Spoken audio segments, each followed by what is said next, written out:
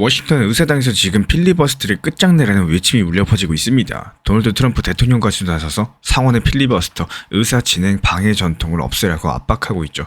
여기에 맞서가지고 의사진행 방해도 민주주의 절차의 일부다, 이런 반론까지도 부딪히면서 현재 미국 정치권이 들썩이고 있습니다. 이에 따른 전세계 금융시장으로 눈을 돌려볼까요? 한때 온스당 4,300달러를 넘보던 금값이 최근에 4,000달러 선 붕괴되면서 그 아래로 하락했습니다.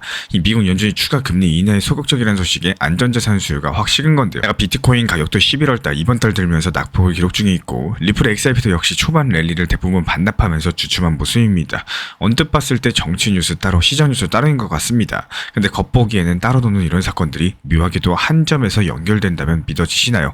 이 표면 아래 정치랑 시장을 관통하는 숨은 물줄기가 흐르고 있는 거고, 바로 그런 흐름들 오늘 영상 통해서 파헤쳐 보도록 하겠습니다. 그렇다면 이런 모든 현상의 이면에는 어떤 맥락이 숨어 있을까요? 핵심 키워드는 권력과 신뢰입니다. 먼저 정치권부터 보자면은 트럼프 대통령이 필리버스터 폐지를 밀어붙이는 데는 그 이유가 있다라는 거예요. 이 상원의 필리버스터 규정을 없애버리면은 간단한 다수결만으로도 법안을 통과시킬 수 있게 되니까요. 이 공화당 입장에선 하원과 대통령직에 상원 입법 주도권까지도 쥐을 수 있는 절호의 기회인 셈입니다. 이 트럼프가 이런 것들을 통해서 자신이 구상하고 있는 정책들을 한꺼번에 밀어붙이려고 하는 거고, 실제로 우리가 수년간 꿈꿔왔지만 한 번도 이루지 못한 모든 훌륭한 공화당 정책을 지금 통과시켜야 된다, 이러면서 공개적으로 목소리를 높였는데요.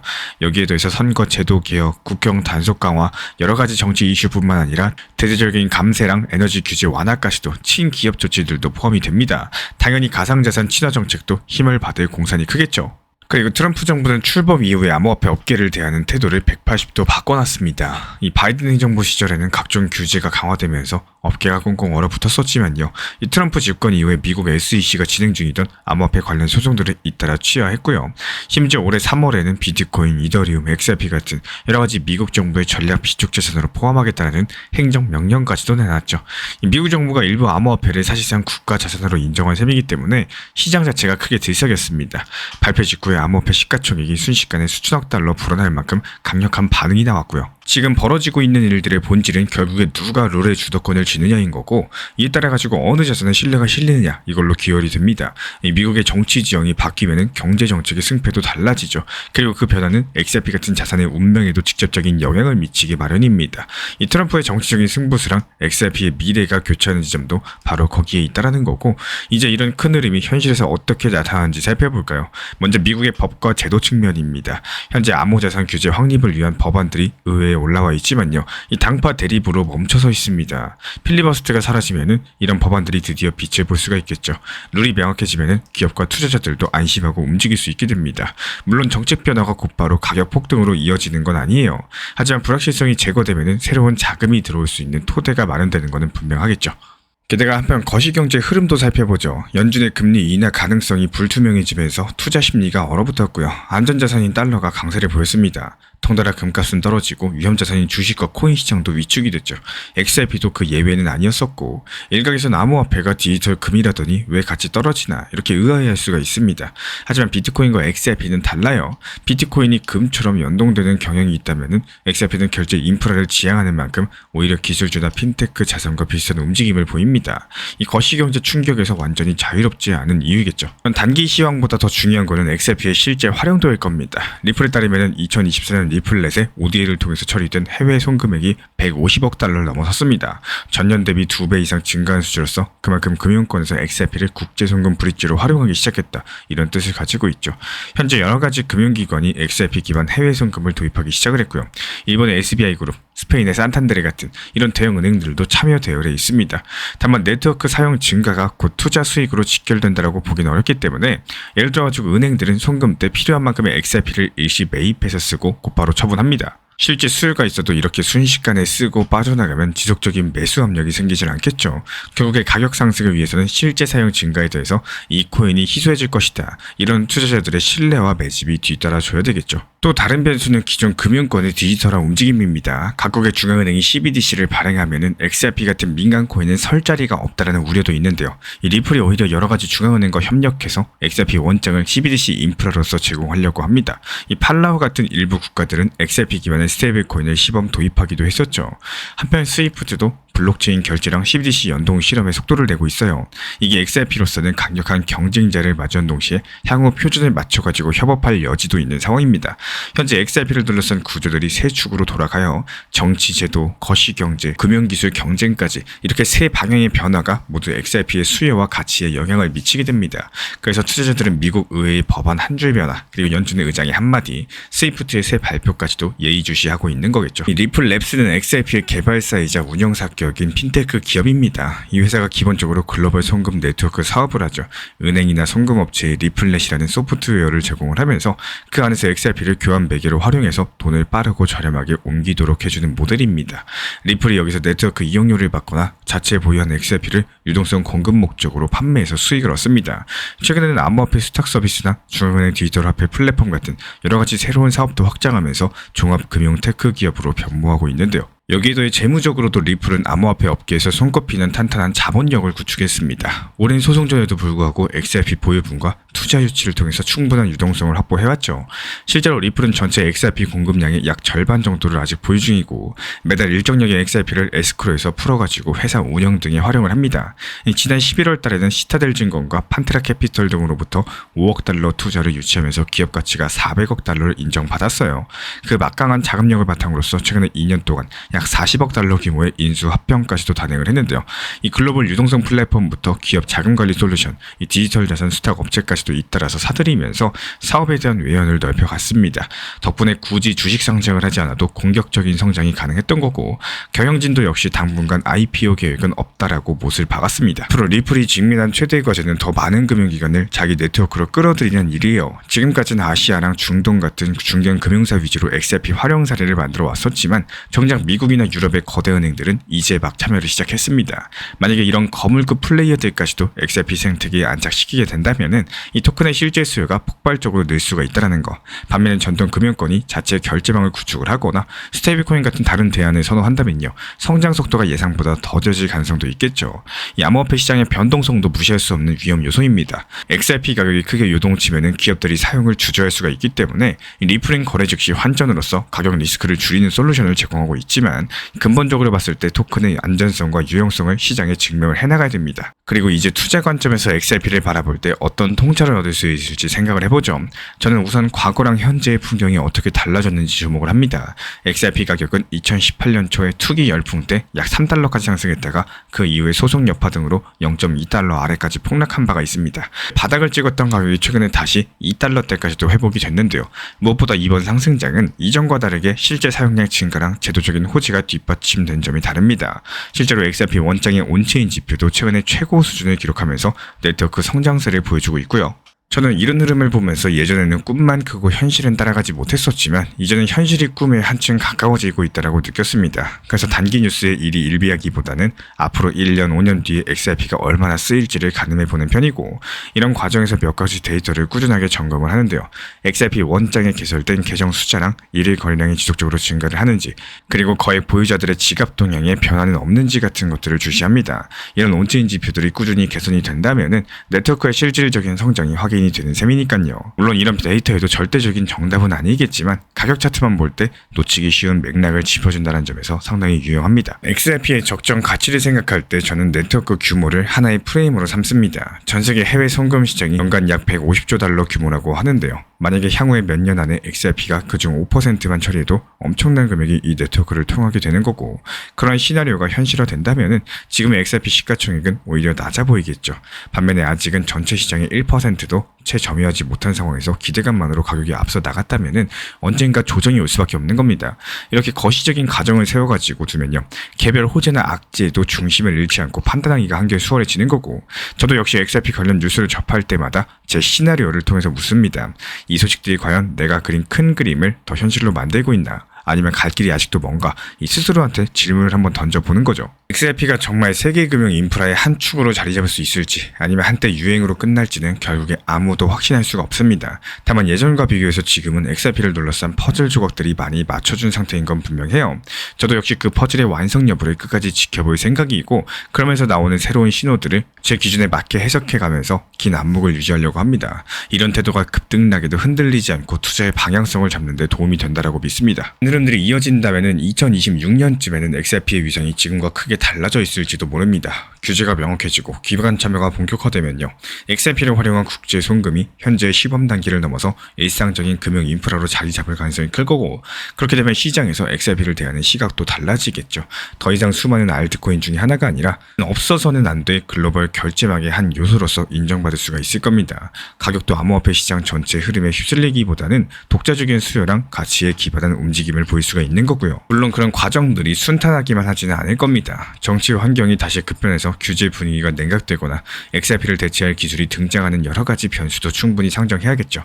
게다가 글로벌 경기 여건이 나빠지면은 투자 자금 유입이 줄어들면서 성장세가 둔화될 수도 있겠죠. 결국에 앞으로 1년에서 2년이 XRP의 결정적인 승부처가 될 전망인 거고, 이런 기간 동안 네트워크 효과를 극대화하고 이 시장의 신뢰를 굳힌다면 진정한 게임 체인저로 올라설 수 있을 테지만, 그렇지 못한다면 지금까지의 성취가 무색해질 수도 있겠습니다. 저는 XRP의 미래를 조심스럽게 낙관하면서도 항상 변화에 대비할 생각입니다. 이렇게 큰 흐름이 확인될 때는 과감하게 승부를 거실 때 예상 밖의 전개가 나타나면 빠르게 가설을 가져가는 유연함도 필요하다고 봐요. 각자 자신의 투자 원칙을 세우고 검증해 나가신다면 어떤 돌발 상황에도 흔들림 없이 대응이 가능할 거라고 생각합니다. 이 미래라는 게 예측하는 게 아니라 만들어가는 것이다, 이런 말이 있죠. 2026년에 XRP가 어떤 모습으로 자리할지, 어쩌면 지금 우리가 어떤 선택과 노력을 하느냐에 달려있을지도 모르겠습니다. 리플 XRP랑 관련된 실시간 매도 타점, 속보들까지도 우리 신사 채널 차원에서 모니터링 중에 있고요.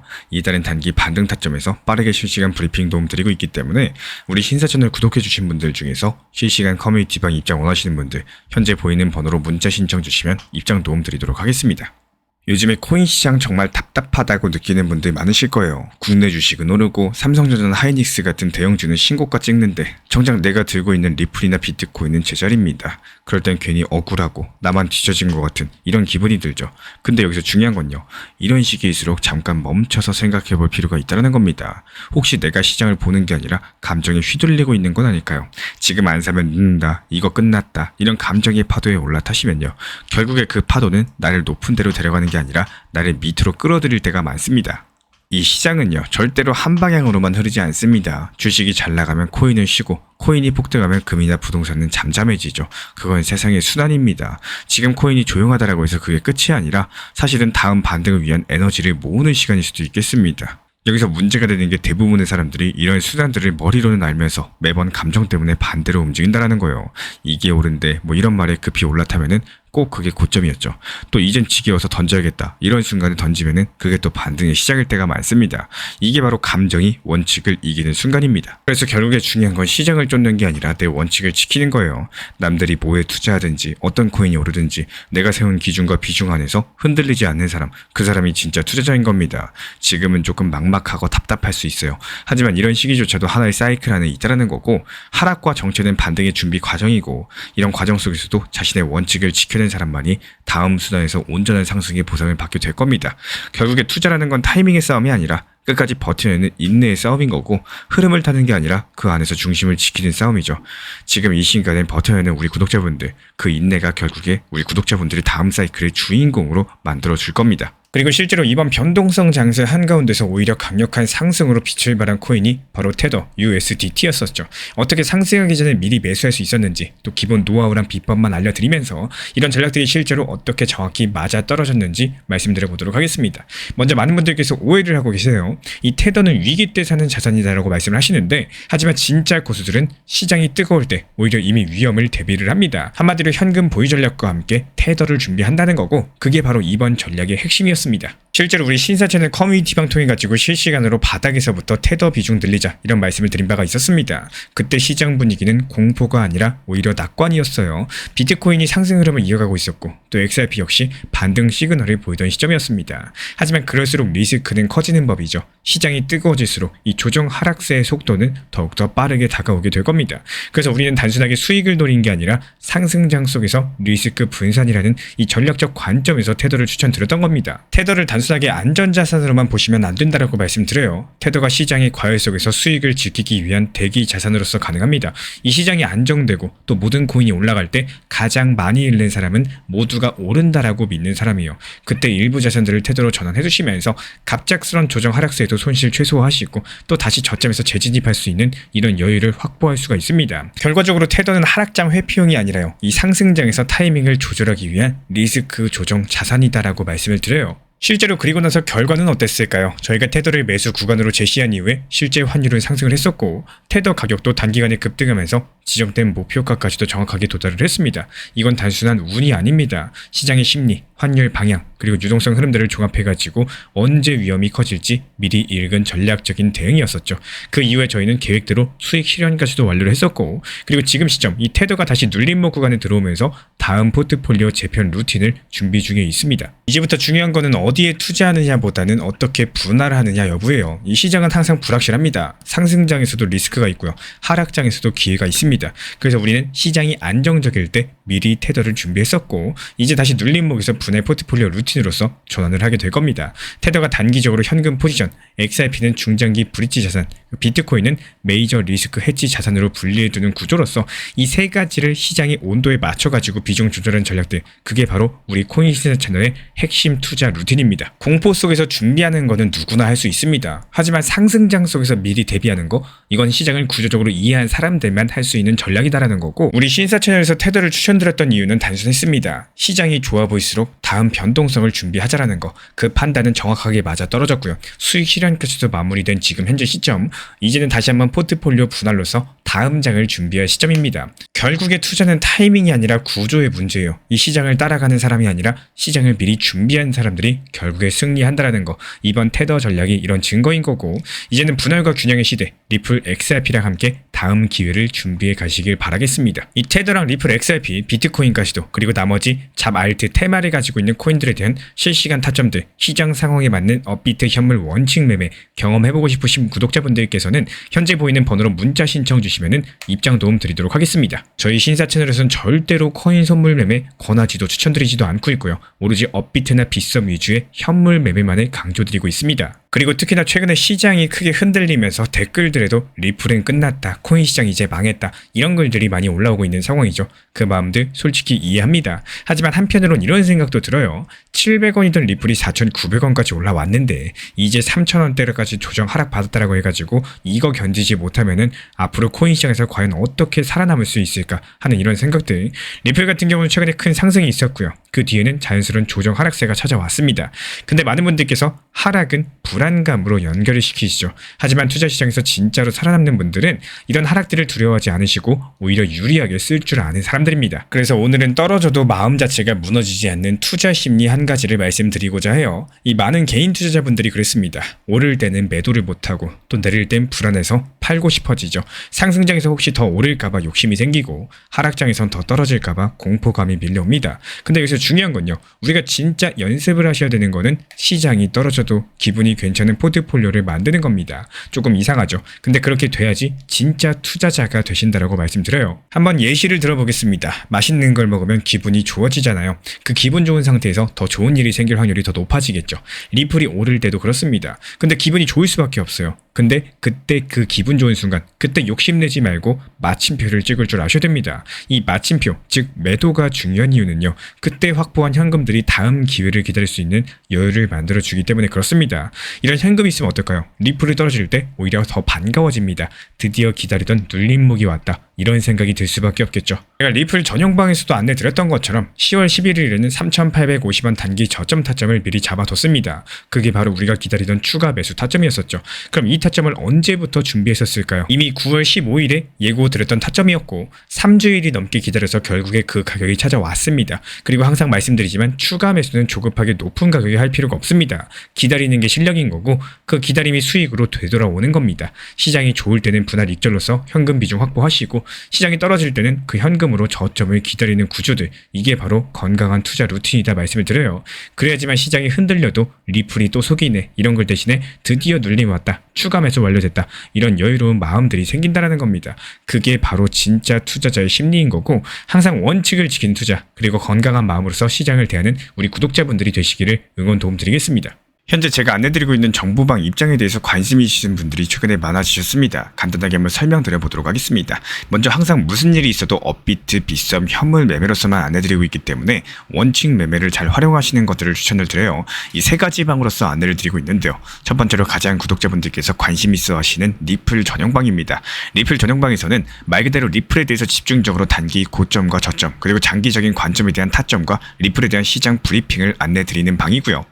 이 리플 전용방에서 안내드리고 있는 정보방 타점으로 단기 고점과 단기 저점에 대한 타점을 활용을 하시되 신경 쓰는 매매가 아니라 목표가에 미리 걸어놓고 미국 시장이 활발한 새벽 시간대 혹은 업무 시간대도 신경 안 쓰면서 수익 실현과 저점 추가 매수 타점을 활용하는 방향으로서 안내 도움 드리고 있어요. 리플을 무조건 장기적으로만 보는 게 아니라 메인 비중은 장기적으로 보유하시되 일부 비중은 단기 고점과 저점을 살려가면서 비중과 수량을 늘려나가고 평균 단가를 낮추는 전략으로서 운영하시는 것들을 항상 추천을 드립니다. 그리고 두 번째로 단기 타점의 종합방입니다. 리플을 몰빵으로 장기적으로만 보유하다 보면 결국에 시장의 흐름을 놓치게 되기 때문에 적당한 알트코인들을 비중을 활용하시면서 적극적으로 투자 전략으로 살려나가는 게 정말 중요합니다. 예를 들어 가지고 좋은 엔진의 리플 코인을 보유했으면은 그 엔진이 잘 활용될 수 있도록 좋은 기름과 엔진 오일의 역할이라고 생각을 하시면 되는 거예요. 안내드리고 있는 단기 타점의 목표 타점, 성향은 말 그대로 단기적으로만 접근하시는 걸 항상 추천을 드리고 있습니다. 간혹 지금 시장이 안 좋은 단기적인 알트코인이 가능하냐 이렇게 생각하시는 분들도 계신데요. 지금 시장에서 단기 타점이 불안하다라고 느끼시거나 알트코인을 공략하는 게 맞나 이렇게 생각하시는 가장 큰 이유 중에 하나는 시장의 테마에 맞는 코인이 아니라 이미 급등이 나왔거나 주목을 받고 있지 못한 코인들을 공략을 하거나 혹은 목표 타점이 비정상적으로 높거나 혹은 순간적으로 움직임이 나올 수 있는 단기 고점의 타점을 찾지 못해서라고 생각을 해요.